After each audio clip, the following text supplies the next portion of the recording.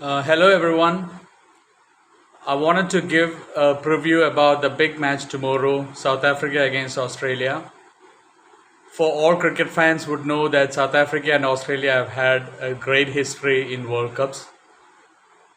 There's no cricket fan that would forget the 1999 Edgbaston semi-final where South Africa and Australia played out a draw. I should say tie, and Australia qualified for the finals because of their previous meeting record.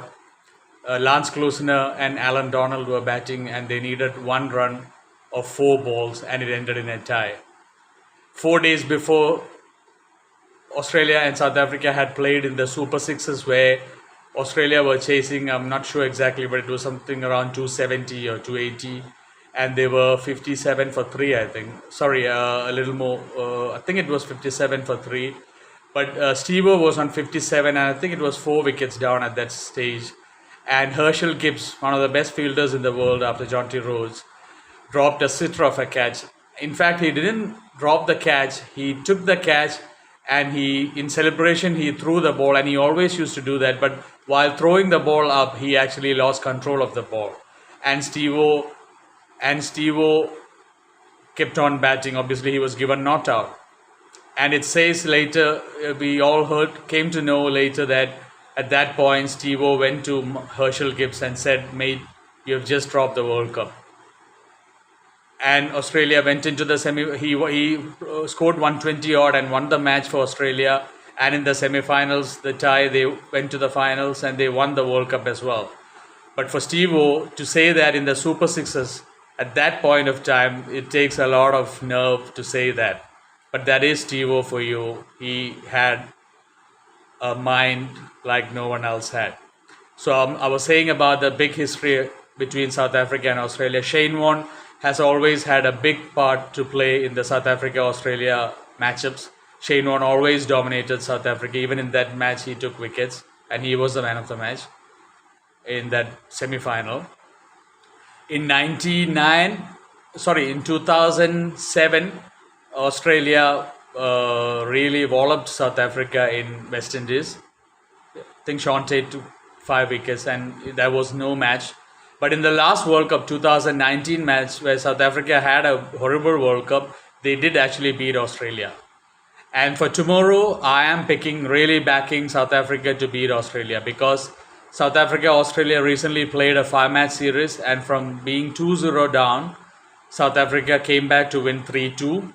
And I did mention in many videos that I'm not happy about how Australia have been playing, their confidence, the middle order worries, and the big out of form Zamba. And South Africa have been playing excellent cricket recently. Their batting is clicking. Quinton de Kock, Markram, van der Dussen, Klaasen, David Miller, they look a strong team. Bavuma also opening. And Marco Jansen is a big factor in the South African team. He's a left-arm quick, very tall bowler. So if there's anything in the pitch, he will get it to move. Not the fastest, but with this left arm, with this height, he can be penetrative. And obviously, Rabada, we all know his quality. Ngidi is there. Then Maharaj and Shamsi. Shamsi is a left-arm Chinaman. So the bowling and the batting, all departments look covered for South Africa. And the match is played at Lucknow. I have to say something about Lucknow, because in the recently held IPL, Lucknow had the worst pitches. In fact, the curator of the Lucknow pitch was sacked, because most of the matches were like low-scoring matches and bad surfaces to bat on.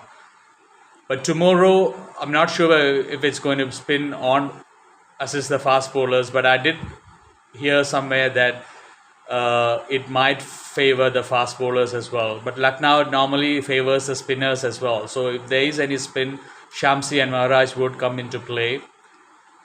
Adam Zamba hasn't been in good form. He has been going for a lot of runs in the recent past, and he hasn't even been picking up wickets.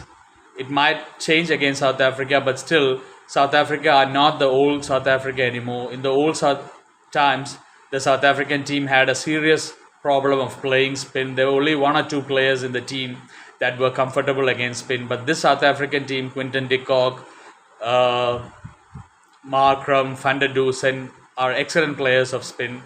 And I did see a statistics the other day which surprised me. Henrik Klaasen is the third fastest. He has the third highest strike rate against spinners. I think the first was Shahid Afridi and the second was Glenn Maxwell. That really surprised me because I thought there would be players who had a better strike rate against spin bowlers. But I have seen when I was still in South Africa, when India came to South Africa, there was a match where Klaasen single-handedly won the match, and Kuldeep Yadav and Yuzvendra Chahal was in very good form, and Klaasen batted like he had no problem. So that day I did find out that Klaasen can play spin very well.